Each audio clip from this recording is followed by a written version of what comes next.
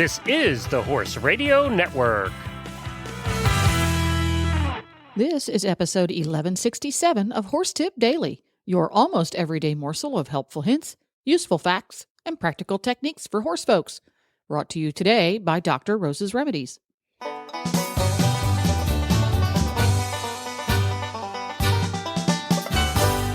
Greetings, horse people. Coach Jen here, and thanks for tuning in to Horse Tip Daily. Today's tip is an excerpt from the Mary Kitzmiller training episode on Horses in the Morning. James Cooler joins Mary to talk about how he uses layers of training to build on success. And we'll get right to our tip after this from Dr. Rose's Remedies.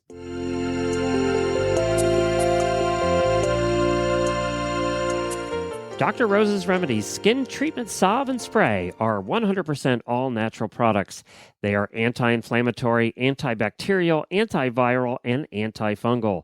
Dr. Rose's are made with all human-grade ingredients and are safe and effective for treatment for all manner of cuts and scrapes on your horse. And Dr. Rose's is the must-have product here at the Horse Radio Network headquarters to keep PT Scooter's delicate white pasterns free from dew poisoning and scratches. Ask for Dr. Rose's at your local tax store or feed supplier, or visit them online at drrosesremedies.com. That's drrosesremedies.com.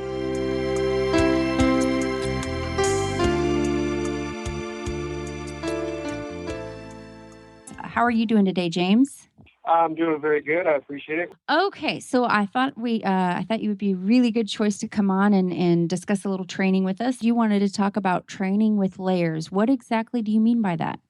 Yeah, to me, I guess, training with layers and kind of goes hand in hand. It's more of a conceptual thing. It's not necessarily a hands-on technique or an individual technique that you would use, but it kind of goes hand in hand in my mind with another saying that I use a lot, which is every session has a progression. And for me, what that means is, number one, when I'm starting out with a horse, the earlier stages of my sessions are going to have just a lower level of expectation. And I'm trying to build on the quality of that expectation as I progress, whether it's a trailer loading or colt starting, or you're working on a more advanced horse. Let's just say you're developing lead changes or something like that. I'm sort of always trying to say, how am I progressing along in this session with this horse? And I'm not wanting to push them too hard too fast. Otherwise, you can kind of get yourself in an interesting position. But at the same time, I don't like to feel like I'm losing ground or going backwards. And if I sort of feel like if I keep that in the back of my mind all the time, I'm just really aware of the level of try that I'm getting from my horse, which sort of sets me up to recognize when something might not be the most efficient or the most effective. And that's where layers, to me, really come into play. And that's really how I've tried to build my program as much as I can to say, okay, I'm not really getting where I wanted to get. Let's just say I'm working on a turnaround with a horse. And, rather than try to fix the result with the result, I want to say in my head, how can I slide down, find a layer of an exercise, like maybe, jog in circles at a trot, while I'm sort of pushing that shoulder, let's just say, into the circle and helping the horse get a better rhythm and cadence with the front feet crossover, and then take that back to the turnaround or the spin to see maybe if I slid down to that layer and then came back up, to the more finished result, is that going to help that horse out? And that sort of keeps me from feeling like I'm putting too much pressure on a finished result, like I said, which, maybe you're looking at a lead change or a turnaround or just some body control, whatever it is. I'm just really big on trying to understand, hey, if it's not working here, where can I adjust to that can help this horse out with the level of expectation that it can handle? And then, a lot of times once you kind of find that little groove, things start to click, and then the confidence comes up and the level of understanding comes up, and you sort of feel like, okay, I'm back on a progressive track here, which I think any trainer would say, we're always looking for feeling like we're moving forward and not, either getting stale or losing ground with our horse or whatever it is. So I just thought that'd be kind of an interesting little thing to help people, because I find in clinics and lessons that I do, I'm talking about that a lot with folks. we all get stuck somewhere, and we all are trying to learn and grow. And when you get stuck, it's sometimes hard to look outside of the box because you're so focused on what you're trying to achieve or what you're trying to fix. And so I just try to help people and encourage them, as they learn and as they grow in their own horsemanship, understand that, it's kind of a layered process, both in our ability to understand what we're doing and apply it. And I just think that helps people, including myself, stay a lot more patient and just be more accepting of this is where I'm at and this is how I'm going to get to where I want to go. And so I just thought maybe that'd be a fun thing to chit chat about. And I don't know if that's something you find yourself working with a good bit or not, but for me, that's a big concept that I just feel like pretty much all the time is in play in the back of my head as I'm working on something with a horse. That's that's a great training tip. So I'm already really glad we had you on today.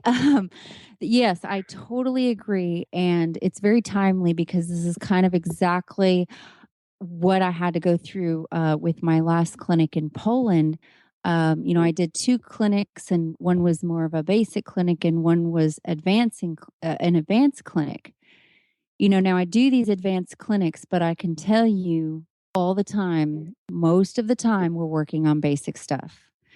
And that's not because I'm looking at someone and saying, oh no, what do you think you're doing? You're not ready to advance. It's never that. It's usually, and this is any horse, any trainer, you'll build on something, for instance, a lead change you mentioned, and then it'll fall apart. And your instinct is to stay in that lead change, like kick him a little harder, shift your weight a little more, maybe get after him a bit. And you'll end up making 20 attempts at a lead change and not getting anywhere. And you've just practiced failing the lead change.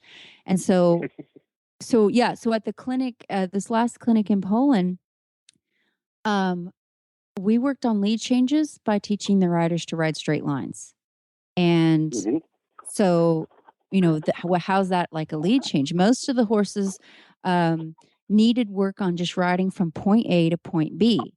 And, pick a spot, look at it, ride to it. Can your horse move out? Can he go relaxed? Is he confident? Are you having to micromanage and steer him all the time? And so when you think about it, so even though none of those horses did one lead change, we worked on lead changes. Because if you think about, a lead change, what's in a lead change? They have to go forward. They have to be straight and balanced. They have to be relaxed. They have to be confident. If they don't have those things correct, then you can't ask for a lead change, and then on the more technical stuff, can you move their shoulders? Can you pick up and get a soft feel when you pick up on the reins? If you needed to slow them down or ask them to stop, how easy would that be for them to do? If you needed to go from a stop to a canter in a couple strides, can you do that? If you can't do things like that, then the lead change is just simply not going to work, because the lead change, if you were to tell me what's a lead change, I might list 1,000 things that the horse does in the lead change that are not the horse goes from one lead to the other. I might say, the horse is in the bridle. He's going forward. He's moving out. He's attentive. He's alert, but he's also relaxed. He stays between my legs. He stays under my hands. If I do ask him to move a body part, he does it. And so when you get all of that, then all of the lead changes is simply switching your legs and letting the horse change leads all on his own. So I think that's a really good point you brought up today. Well, there you have it. You can find links to today's guests as well as lots more tips at horsetipdaily.com. This podcast was made possible through the generous support of Dr. Rose's Remedies and listeners like you. Learn how you can help support Horse Radio Network programming and qualify for auditors-only perks by going to horsetipdaily.com and clicking on the Become an Auditor banner in the center of the page. This is Coach Jen, and I'll be back soon with another tip. So until then, go ride your horse. The Horse Radio Network and the Horse Radio Network hosts are not responsible for statements of guests or their opinions. Use your own judgment when listening to the tips provided by the experts on Horse Tip Daily.